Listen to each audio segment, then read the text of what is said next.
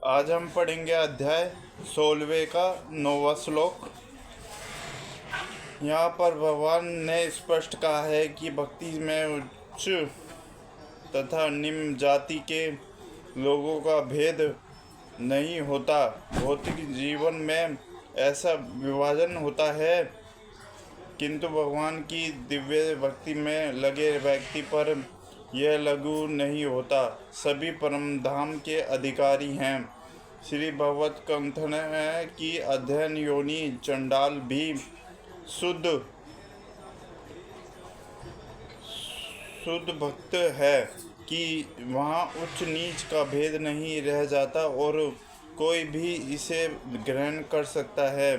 शुद्ध भक्त की शरण ग्रहण करके सामान्य व्यक्ति शुद्ध हो सकता है। प्रकृति के विभिन्न गुणों के अनुसार मनुष्य को सात्विक, ब्राह्मण, रजोगुण, क्षत्रिय तथा तामसिक, वैश्य तथा शूद्र कहा जाता है। इससे भी निम्न पुरुष चंडाल कहलाते हैं और वे पापी कुलों में जन्म लेते हैं। सामान्य रूप में से उच्च कुल वाले इन निकुल में जन्म लेने वालों की संगति नहीं करते, किंतु भक्ति योग इतना प्रबल होता है कि भक्तिधन समस्त निकुल वाले व्यक्तियों को जीवन की परम सिद्धि द्वारा करा सकते हैं।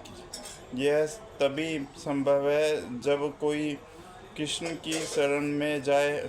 जैसे कि सबसे सूचित है, मनुष्य को पूर्णतः कृष्ण की शरण ग्रहण करनी चाहिए, तब वह बड़े से बड़े ज्ञानी तथा योगी से भी महान बन सकता है। फिर धर्मात्मा ब्राह्मणों, भक्तों तथा राजथियों के लिए जो कहना है कि कहा।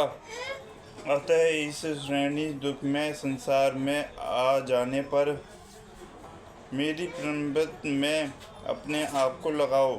इस संसार में कोई श्रेणी के लोग में किंतु तो भी यह संसार किसी के लिए सुखमय स्थान नहीं है।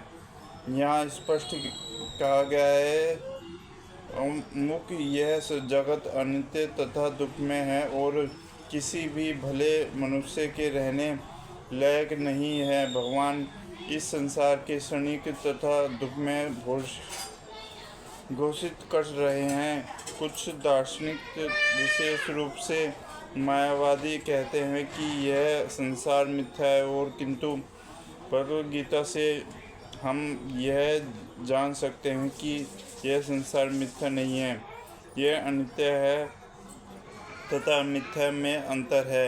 यह संसार अनित्य है, किंतु इस संसार को नित्य है। यह संसार दुख में है, किंतु दूसरा संसार नित्य और आनंद है। हरे कृष्ण।